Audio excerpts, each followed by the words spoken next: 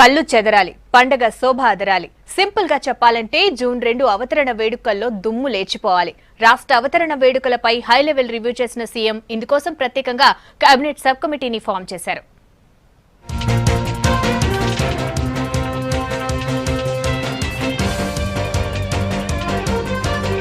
వచ్చే నెల 2న హైదరాబాద్ తో పాటు రాష్ట్ర వ్యాప్తంగా అవతరణ 2వ వార్షికోత్సవాలను ఘనంగా నిర్వహించాలని ముఖ్యమంత్రి కేసీఆర్ అధికారులను ఆదేశించారు. ఉత్సవాల నిర్వహణ కోసం కేబినెట్ సబ్ కమిటీని ఏర్పాటు చేశారు.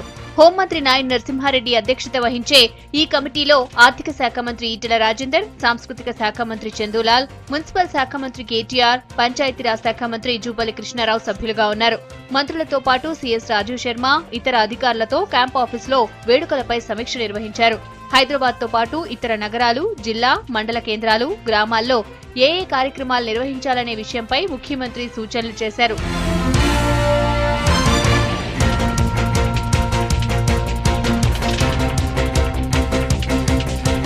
జూన్ 2న రాష్ట్రంలో పండగ వాతావరణం కనిపించాలని, హైదరాబాద్ లో గవర్నర్, ముఖ్యమంత్రి సహా అందరూ ప్రజాప్రతినిధులు పాల్గొనేలా సభ నిర్వహించాలని సూచించారు.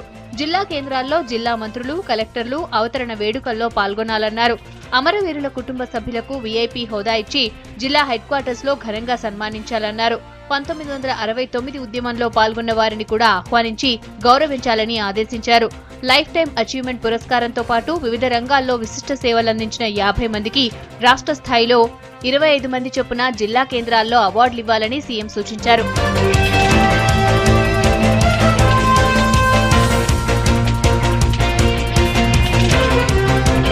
అన్ని ప్రభుత్వ ప్రాంగణాలు, వీధులను బాగా డెకరేట్ చేయాలని, పరిశ్రమలు, హాస్పిటళ్లు, హోటళ్లు, మాల్స్, థియేటర్స్ లో కూడా పండుగ వాతావరణం ఉండాలని సీఎం సూచించారు.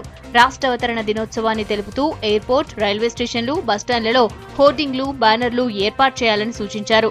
హాస్పిటల్స్, అనాథ శరణాలయాల్లో రోగులకు పండ్లు పంపిణీ చేయాలని, రక్తదానాలు నిర్వహించాలన్నారు కేసీఆర్.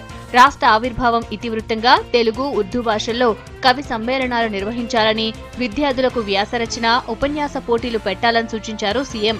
ట్యాంక్ బండ్ పై జూన్ 2 రాత్రి పెద్ద ఎత్తున బాణాసంచా పేల్చి సంబరాలు చేయాలని ఆదేశించారు. బుధవారం మధ్యాహ్నం సచివాలయంలో కేబినెట్ సబ్ కమిటీ సమావేశమై అవతరణ ఏర్పాట్లపై చర్చించనుంది.